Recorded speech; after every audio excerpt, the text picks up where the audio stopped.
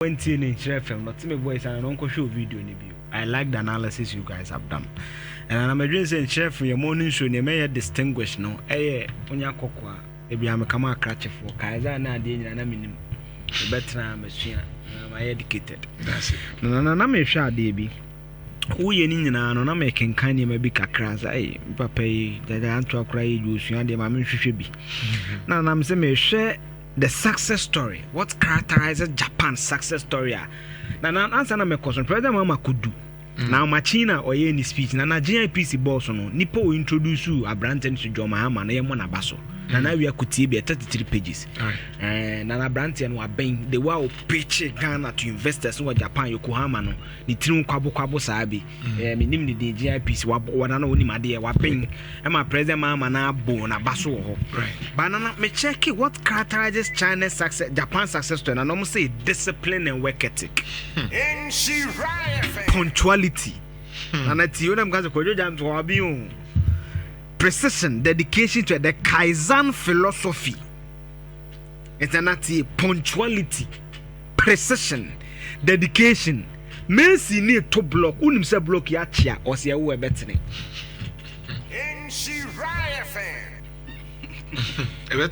Or to block upon and unim se adiana tia or see a we better.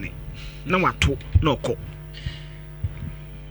Punctuality nana edumani wo na edumani wo enana na dan to umobro ya na onu obi asende me say me be mu financial ma me okwo interview no I late. Punctuality kwaduma na need dedication. Isha na jan 2020 I be okay gusu da mitri must labor before income. Na the youth no otena ka mo pese etu. You need dedication to anything. Yen peduma. Now the second point is investment in human capital. Now see, Japan invested heavily in education and skills training.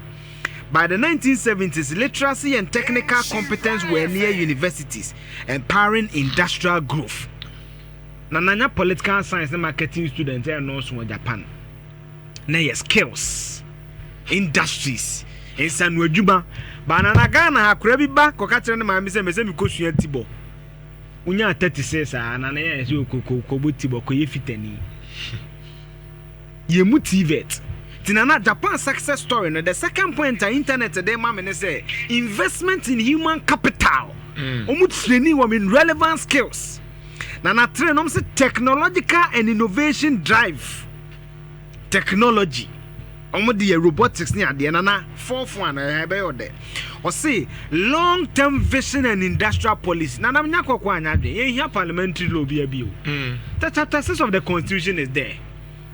The directive principle of state policy na no say ade bia ban foforo bi sha ase no sa ban da na sha ase sa ban foforo ba constitution ne sha ne say so to aso ye parliament law bia the supreme document of the land has stated the chapter 6 of the constitution called the directive principles of state policy and I'm a free love from Ubani a cash street light ye frɛ Mr. Cow so e betime solar ben on the board den but na ma example bi Okoto MTN data na auto 4 million na 220 megabytes. Nza na ne board ni pass konya 4 million per day no aye 3 CD bando miensa. 9 CDs. Na na boso me ne yesan 270 Ghana CDs. Na before sa na life for tie. Auto coke bottle ne ba ko 10 CDs. De bi auto ba ko akokwa. Ba park na ese mu 12 na 100 CDs. Obe save 20 CDs onwe ne sa. Nza na ye yenwin. Me ka de bi ka hosted. So then theory, yeah. we are short sighted. On my over 100. Yes, it's an President Mahama ko Japan. I dey make sure so ba. The ministers of the Dinachi Elizabeth Ofosu Jare kese ato force road minister no. Ma ya kwan fu ma yen sa sapete kwan 3 months no. Long term. Sana na concrete road na betime na 1 kilometer. Na be di 40 years. Ayen say be sapete 3 kilometers na say 3 months. Long term vision. Now no say national unity and shared sacrifice. Ana mnyako kwa ya adwen no. Yana ye onkomobu we ba enye MPP enye NDC. We must serve it with a nationalistic focus. Now no say strong institutions and corporate culture. Because Barack Obama can't 2009 if the institutions are weak, the country will be weak. Yeah, strong institutions. Nana mama data kakra interested. Yeah, Nana is in the 50s and 60s. Nyaka per capita. To say, o mani na ejedi omudi ka se chamatima mufo na nya bia net sen. Nana mama numbers kakra yembe show. In the 50s and 60s na per capita, Japan na ya average about $1,000. And then between $34,000 to $40,000. What? So on my brain na bo we ni e chamatima mufo ni obi abenya no. In the 60s now just around $1,000. GDP per capita ne bi ni no na no say mami me busa charge GDP what is GDP per capita say GDP per capita means average amount of money each person in a country would get if the country total wealth were to be shared equally among its all people. The tell say Japan born ho bra nyina wie na so wo chama Japanese fo a 50s no ana Ghana yenso yenya independence aye ba ne de boy safo mo first African country South Africa ne ade no na $1,000 na ne $34,000 to $40,000. Now life expectancy that time na around 50-60 years and na 83 years. Now Japan for munyi mpa 83 years. Because I want onkonum so bolobi. Onkonum mabula mu nsuo bi na wo di aba. Yeah. Yedi na na say what's the reason to cry your religiosity aba from. Yeah. Because niema wo bompa ye for kwodeda prayer come na tontom owi na yare ne ade no. Ayade aban betimi aye. Now these are metrics.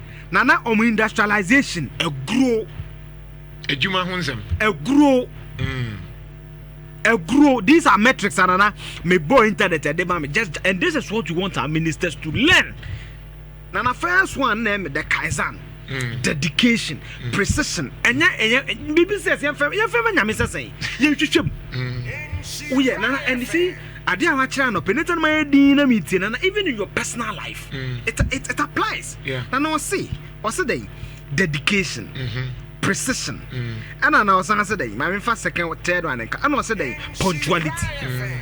Nana, kwa chuma from a juma, I do a 5:30, maybe 7. Say Jimmy Bawumia query. Yeah. Even in a normal life, Nana, precision. Uyo bibi abasa. Uyo bi Nana de steady. There cry what them cry between you magumpa. So na ada na ye. Kwa adwe maso. Usu niema na bia koyi na mboboy na tugu be. Sanza uzo fa so da say won se da na ye sa. Ba Nana da be su be ge bi be fro so oba pa be si be sheet no. On Nana no wasu tawo ni bibia no kokra so da utimi da kama. Un steady. Ni na bua. Even in our normal life, these are the things we need to learn. Nana men try be the Chabals, how they help their companies, and this is what we expect from President Mahama Babaka. Nana me ado here and the trip near Denosono, Mebona Basso. Nana Okosia so we. Okodi 22 hours of Dubai na dan we say better flame ya yen told me the entire conversation we can have it another day. But Nana omo be yensu bibi film. They're having so much, and I want you to read quickly before we wrap up and near microphone so emblem. Read the where and the Kufa do at that time in 2018. I was saying, I think I would do a video to and the air cannon say, yeah, by the BIA two kind president, the USA 3 days one you call Japan near Niaji. The air report one is president drew Japan, but the Okano. Yentie ena central phone so enkomunko hu se asemwe no mukomukoka na mu ba ye ne de mfaso na de aba ye di kan so amu say maybe in 2018 na nado danko akufo ado ko China o say China for ye ni mo pa kwan amofa so etumpon ye besua mo okọ Japan Japan ye ni mo the same thing chama wabi nana chicken kan mai na afa ye wi a ye mbie lines no and we are building a nation, we are not building a political party. Nana Japan dear no Eddie Kine Nana Akufuado or say we will emulate Japan's success story. Nana was say me Kutu Akufuado or say we want to emulate the story of the East Asian miracle which saw from 1965 to 1990 the 23 countries of East Asia especially Japan growing faster than all the regions in the world. And Eugene Trichimuma never breaking it down now onto the other one. Or say okay. First one. Ghana besua Japan success story no. Na na President Kufuor say ye freba bi East Asia. E wona China wo, e wona Japan, Korea wo, North Korea ni ade. Ba na 23 countries country okọ nanimu pa de Japan. Na niam omo ye from 1950 BC 1990 na ye ma no. Eno no Kufuor do aba Japan say wo besua. I see Japan made the transition from poverty to prosperity. As we are attempting to do by restructuring the institutions of her governance, modernizing her agriculture to enhance its productivity, implementing. Okay. Restructuring the institution of her governance. So now from 2017 to 2025 January 7th, had Ghana's institution been structured? Pick up for Bawumia. Police declining. One institution. EC declining. One institution. Trust in state institution general declining. Now this is Afro Bawumia data. Okay. I'm picking one. Modernizing her agriculture to enhance its productivity. Okay. Yeah. Pokubai. Eko as free bro. And I can say Russia Ukraine wheat team and not brodo boy then. Baby a to bomb.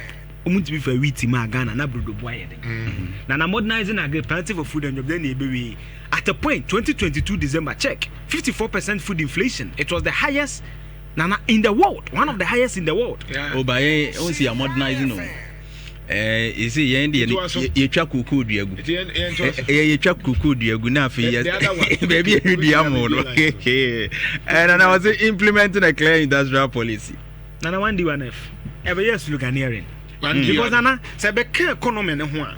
Unsa na Kufuor you record trade surplus. There's advantage to him. But Nana go behind the trade surplus na day. A gold prices na cost. Manganese. It's still the traditional things. Industrialization didn't really control still the services. 1D1F na nke we say boano. Amwa.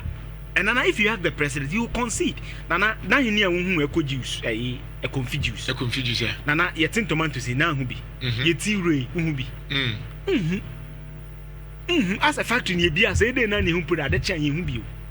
A confu omo ye yibi almost say the menke bi na ye plantain chips e yibi sa style ni bi na ne bi way you don't find it.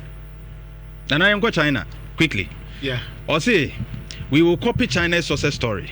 China there we feed Japan go China. Okay. See emulate no. But the way e dey na Kufuor do kan and ye dey original so say omo ko ka brofo na na wie ye ne asem. Nti Yewura John Mahama akwa enye te so wo komi okono e normal. But say wo kwa akosua bibi ewo mu no eno ne yebusa say the Japan for mu de ye adwuma no obesua anasa be the normal thing any ka say ya.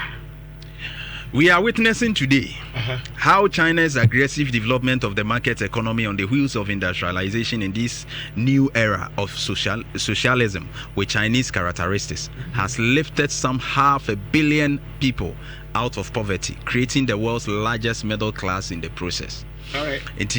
Nana, Ghana, the president said, is inspired by this model and are trying to replicate same through inter-ally our industrialization policy of one district, one factory, an increase in agricultural productivity through the program for planting for food and jobs. There's no carbon, as you say.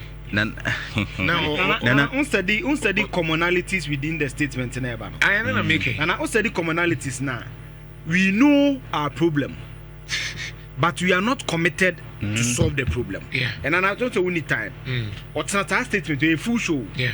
When you listen to the thematics, Dr. Jones Pelkacha said, "Oh, yeah, researcher. Look at the themes and patterns. Yeah. What's here the tone now? The President Kufuor, any president, have full appreciation of what the issues in Ghana are. That time. Banana on him say, because a 4-year cycle, no? By the time we certain ministers, we know 3 years. So every single policy is tailored towards December 7th of the next election year. Give me a winnie. It's in a long-term vision in the whole. Now, what you say? Now, what's the state of agenda 111? Eugene said today, the man can board so. They are brosam for. Kufuor do some any idea. Nana they could see saying long-term vision. Me one ne be a kawura mu da from a champon. Ke betimi de nana ni nyina ba upstream. Unse ya na eje anu and see a whole new one 1D1F. Yeah, agenda 111. nana saa ne ayɛ man nana ne ntia me bi mo pese Mahama sana adwense sa ma nana nya nipa na bia santan ye wawura fie na obɛya big pusher nana imagine sika di kwese big pusher be all these legacy projects nana me so be kodrobo so be na hospital bi hye baabi chip compound bi bebo ankrofa ye fa ya adwenko na be yo wanwa. So we need to do all these things nana your problems in your nim nana social studies or afia na open so twa social chances near me nana me ensa lack of social amenities lack of resources nana meboa social studies answer it's your problem no but it's the political will nana leader will hear testicular for to be say me bay de bia na de calipo ne kosko ene de munye ye nom dolly juice say leader ni bi na nana ye hia leader obeka say wine no ene yitimi nto ye ko restaurant de be beji sobolo ana ele wonyo na say leader ni bi ni ye hia. And that is what we need as a country. Problem na say me metia me wote no me say wo kire me. Yeah. Ti wo pay ba. Enya ya fe na wo kojo fela na akwala nkasa ko di breakfast. Okofia wa 30 ubenya bi. Wo te na obi a wo de besia. Wa boje fo besia. Wa bo mu fo besia, wa bo koje ja nton besia pay ba na so akwala nkasa ko di breakfast. Sa na ye no. Da bi ukọ ase wo no atokoko ni bi. Wo ye na sa 6 months abe save ka credit mi di free e kana na wo de no. That is what we need as a country. Right. We need to be honest with ourselves. Now, honest with ourselves, your problem need to be solved. That's it. I was a me be a woman, and then Adisiani, a debaye, bekai.